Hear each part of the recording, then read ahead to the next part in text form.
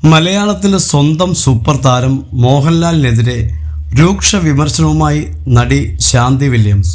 പ്രശസ്ത ഛായാഗ്രാഹകനും നിർമ്മാതാവും സംവിധായകനുമൊക്കെ ആയിരുന്ന ജെ വില്യംസിൻ്റെ ഭാര്യയാണ് ശാന്തി വില്യംസ്.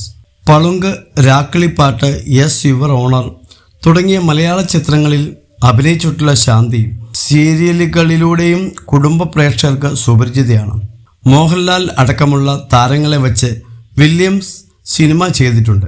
സ്ഫടികം, Inspector Balram, hello Madras girl തുടങ്ങിയ നിരവധി ചിത്രങ്ങളിൽ അദ്ദേഹം പ്രവർത്തിച്ചിട്ടുണ്ട്.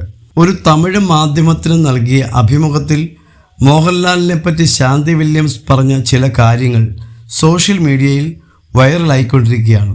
മോഹൻലാലിന് നന്ദിയില്ലെന്നും ഭർത്താവ് മരിച്ചപ്പോൾ പോലും വന്നില്ലെന്നുമൊക്കെയാണ് നടി പറയുന്നത്. കൂടാതെ മോഹൻലാലിന് ഒത്തിരി ഭക്ഷണം ഉണ്ടാക്കി കൊടുത്തതാണെന്നും വിമാനത്താവളത്തിൽ വെച്ച് കണ്ടപ്പോൾ മുഖം തരാതെ പോയെന്നുമൊക്കെ അവർ പറയുന്നു. തെറ്റായി ധരിക്കരുത്, വില്യംസ് മികച്ചൊരു ക്യാമറാമാനാണ്, എക്സ്ട്രാ ഓർഡിനറി ക്യാമറാമാൻ.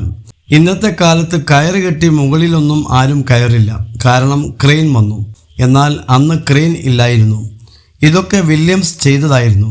പ്രൊഫഷണലിസ്റ്റ്. വില്യംസിന് ദേഷ്യമൊക്കെ വരാറുണ്ട്. മോഹൻലാലിൻ്റെ ഹലോ മദ്രാസ് ഗേൾ എന്നത് ഞങ്ങളുടെ പടമായിരുന്നു.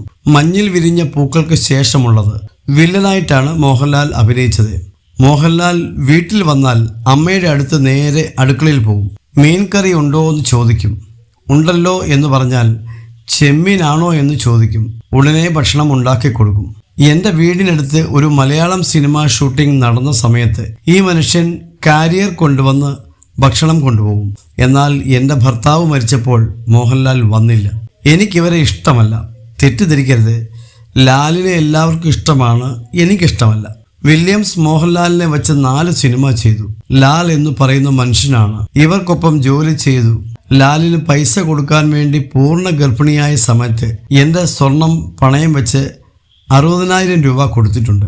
ഈ അവസ്ഥയിൽ എന്തിനാ ചേച്ചി നടന്നതെന്ന് ചോദിച്ച മനുഷ്യൻ വിമാനത്താവളത്തിൽ എന്നെ കണ്ടപ്പോൾ മുഖം തരാതെ ഓടി. ഒരിക്കലും മര്യാദ കാണിച്ചിട്ടില്ല.